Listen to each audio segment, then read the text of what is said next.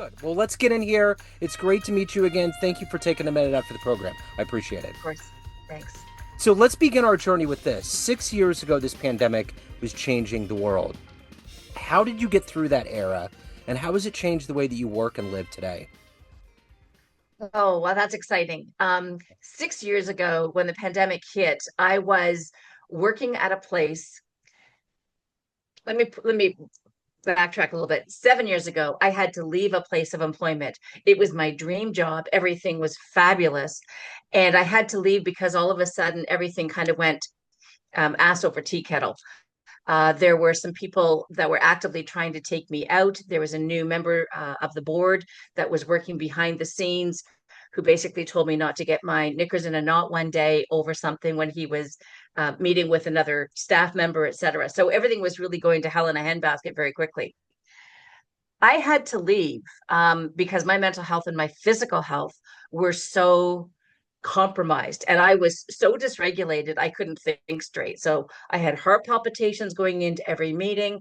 I was having pneumonia every 3 weeks. I got another bout of pneumonia. I had vertigo I had to go to the hospital for, and I couldn't figure any of that out. This is a long answer, but I am getting to the Sure. answer. No, no, no. I like it. So when I so when I left, one of the things that I chose to do was to figure out what the hell had happened to me. I'd been very resilient all through my entire career. I had had strong leadership positions all the way through my career. And so I really wanted to dive into what was going on that caused me to be so dysregulated. So I took the time during COVID, the forced time, to really figure that out. And I feel like to some degree, because of what happened to me in my work environment and the timing of that, I was a little bit ahead in terms of understanding what the value of COVID could do for us if we could flip our mindset around to this forced chance to get present with ourselves. Yeah. And if you were able to take that time and really kind of delve into that, not in a navel gazing way, but in a, wow, this is interesting. The entire world is going through something. Should we be paying attention to this? Because it feels like we should. It feels like it could be an opportunity to reset.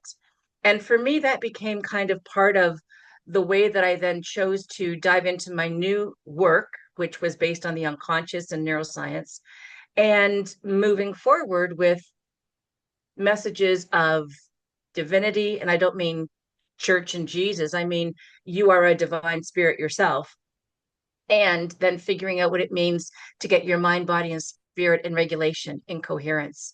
So it was interesting for me to talk about COVID versus what I heard other people talking about COVID.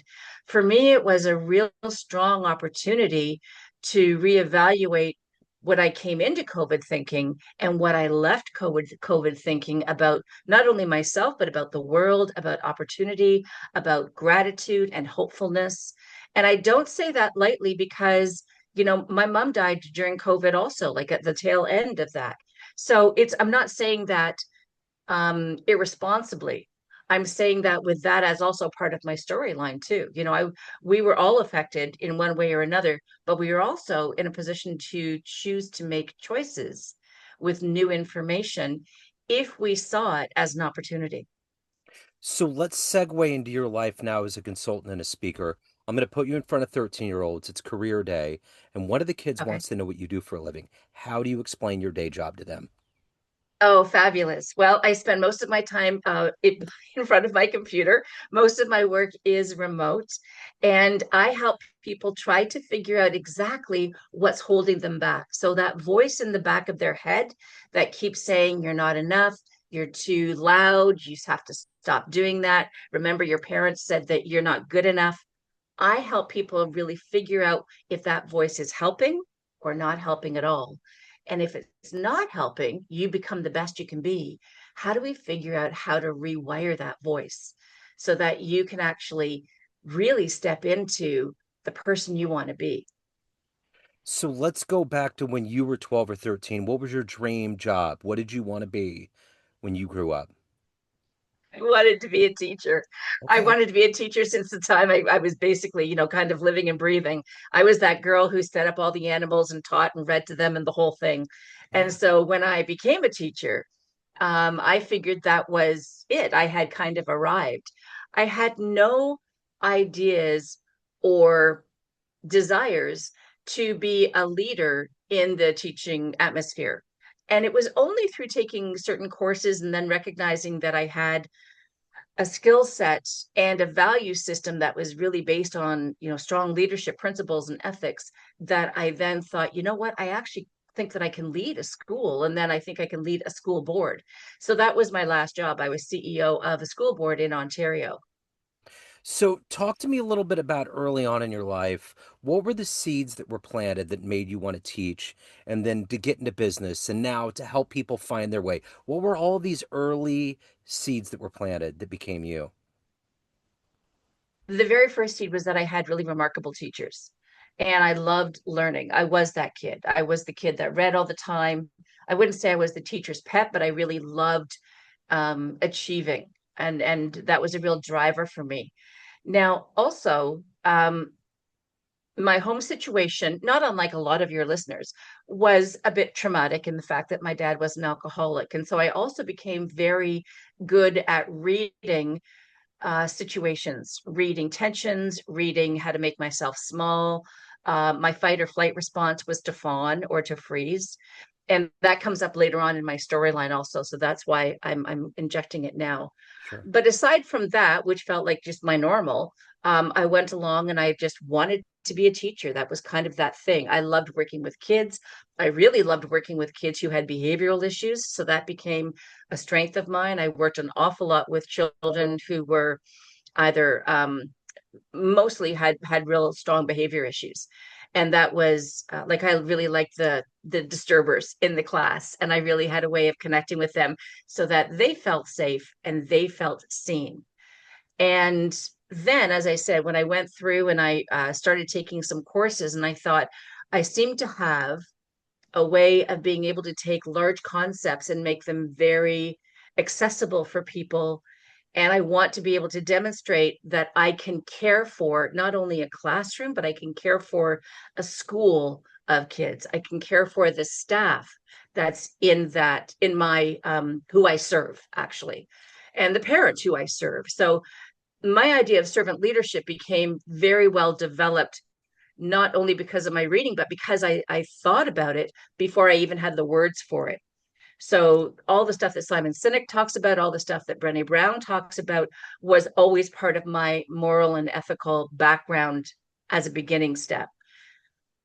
The reason that I pivoted into the work that I'm doing now is directly related to the experience that I went through. And so it's not that, like, when I became a hypnotist, which is how I really got into understanding how the unconscious mind works and how extraordinary it is and how it, affects every aspect of our life. That came out of my need to figure out what the hell happened to me. And so I want to just share with your listeners, I went to the doctor when things were really getting bad for me. And I went to her and I said, like, I don't know what's going on with me, but I'm really quite sick all the time. And then I explained all of what my work situation was about. And she turned to me and she said, "You can't go back." And I said, "Well, that's kind of why I'm here. I think I need a note that basically says a couple of weeks." And she said, "Oh, no, Jackie, you can never go back. You're working in an abusive situation. What you're describing to me is toxic. Your body is responding to that level of toxicity. You cannot go back. And I need you to get healthy." So that was like, I mean, like a neon, flashing light in front of me. I had to wrap my head around the fact that I wasn't quitting. And that was big for me. Like, I was not a quitter. And it kind of felt like, well, if I leave, like if I kind of scurry away, it feels like I'm quitting. And that was really big for me to understand the value of my health, both mentally and physically, over an old trope that really wasn't serving me at all. And Uh, in my business, I talk a lot about, is that serving you or is that not serving you yeah. in all ways, not just in one way, but in all ways. Is it if your health, if your body is leaking something like pneumonia or vertigo to tell you you better slow down, then you have to start paying attention. You cannot keep driving yourself there. Your body and your mind are meant to be in congruence. They're not meant to be living a lie, whatever that lie is. Like I'm good enough, I can, kind of soldier through this. No, you can't.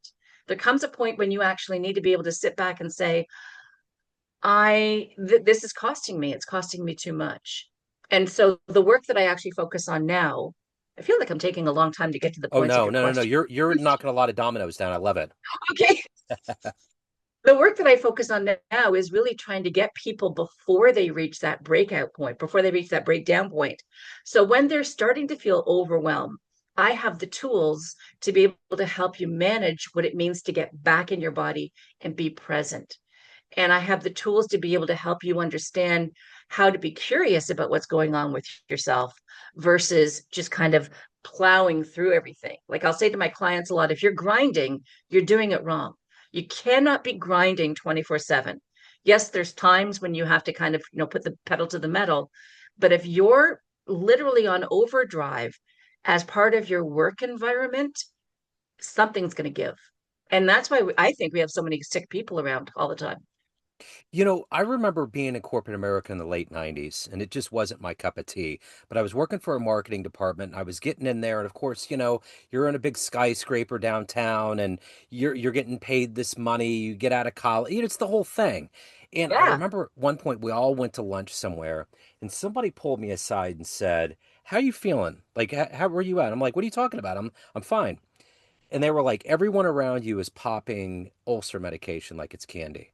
There's a lot of Yeah. things that are going on with the people around you. There's a level of stress. And I was like, I'm not, yeah, no, it's not happening to me, but I don't want to be around that. And I remember that always has been a part of my mindset when I would work in that environment. It was high corporate, it was marketing, it was architecture engineering, and it just, you could feel it in the air. There's something not Yes. right about it. And I think that's a facsimile of what happens. And I ended up segueing into the nonprofit world and went on a whole different path. But I remember being in that environment thinking, this is not the reality that I want to be in. It's not healthy, Absolutely. you know. Yeah, it's not healthy. 100%.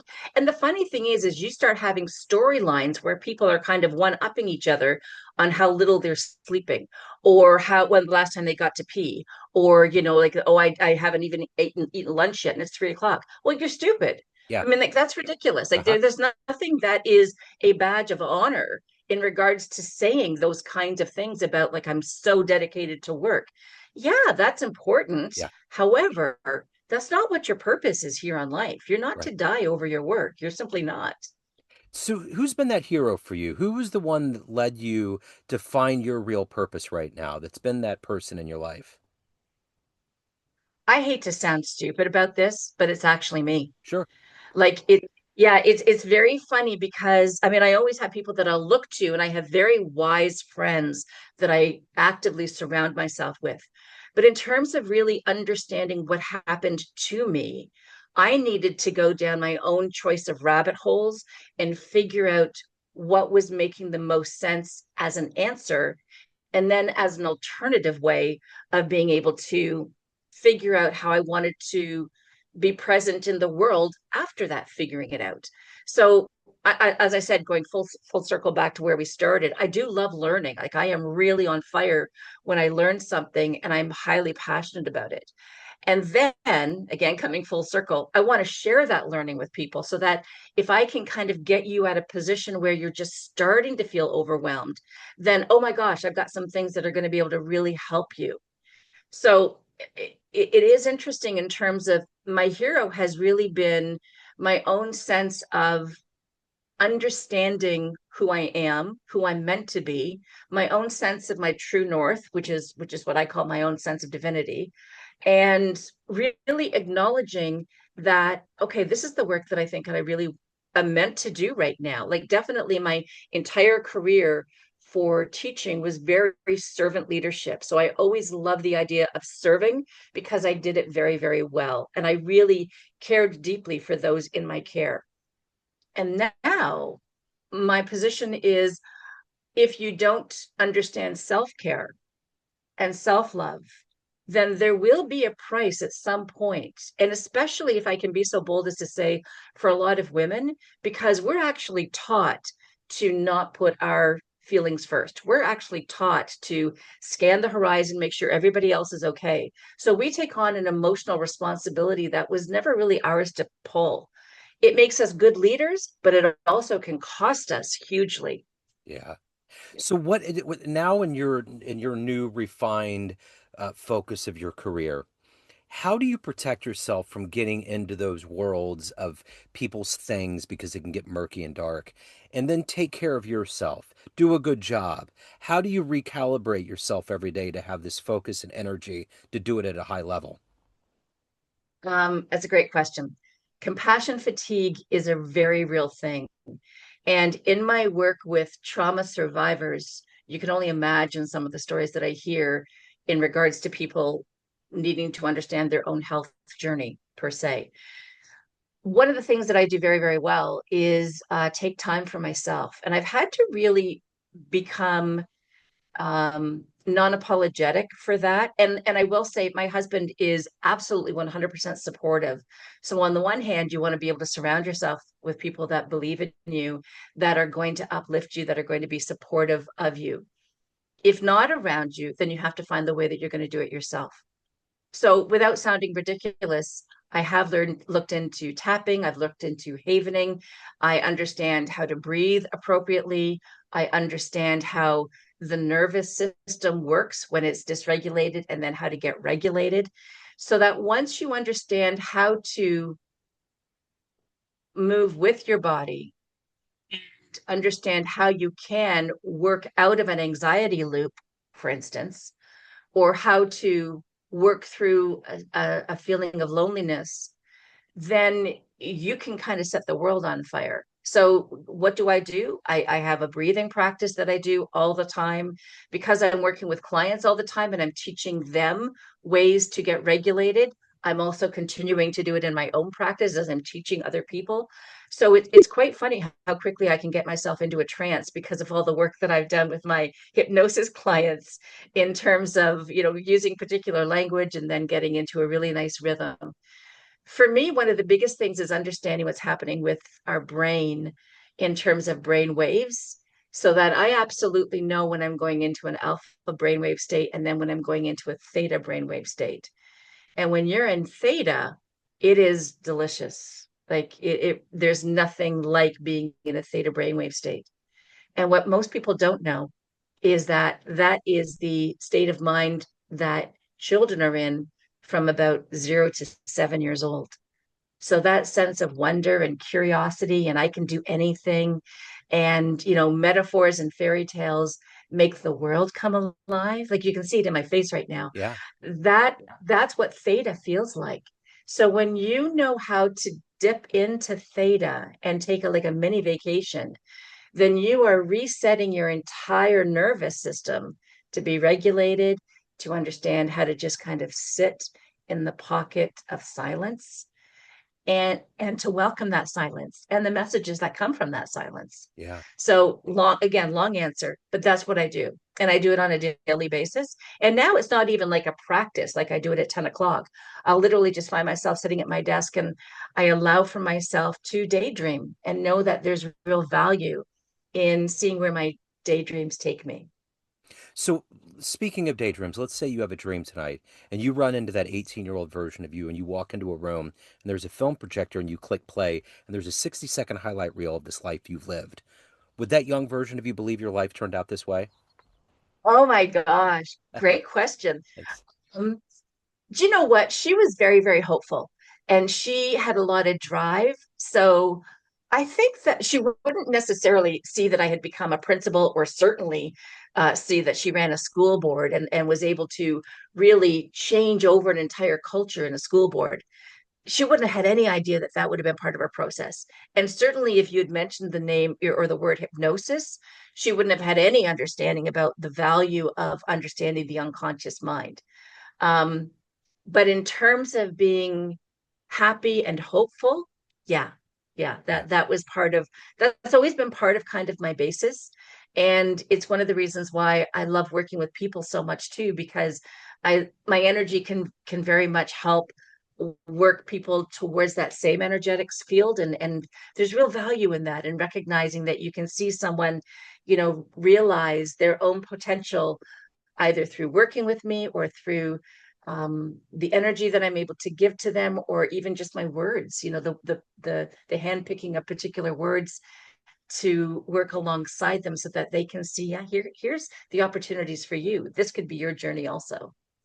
So when you look in the big rearview mirror of your life and you look at everything that you've done and accomplished, what are you ultimately the happiest about, the proudest of? Oh, it's very funny. When I was working with a couple of my friends as clients, one of them said to me, this feels like everything that you were meant to do, like all of your schooling, your masters of counseling, all of the work that you did as a leader, and now having this new understanding of how to help people with very challenging stories, like really traumatic situations, and then be able to help women in business.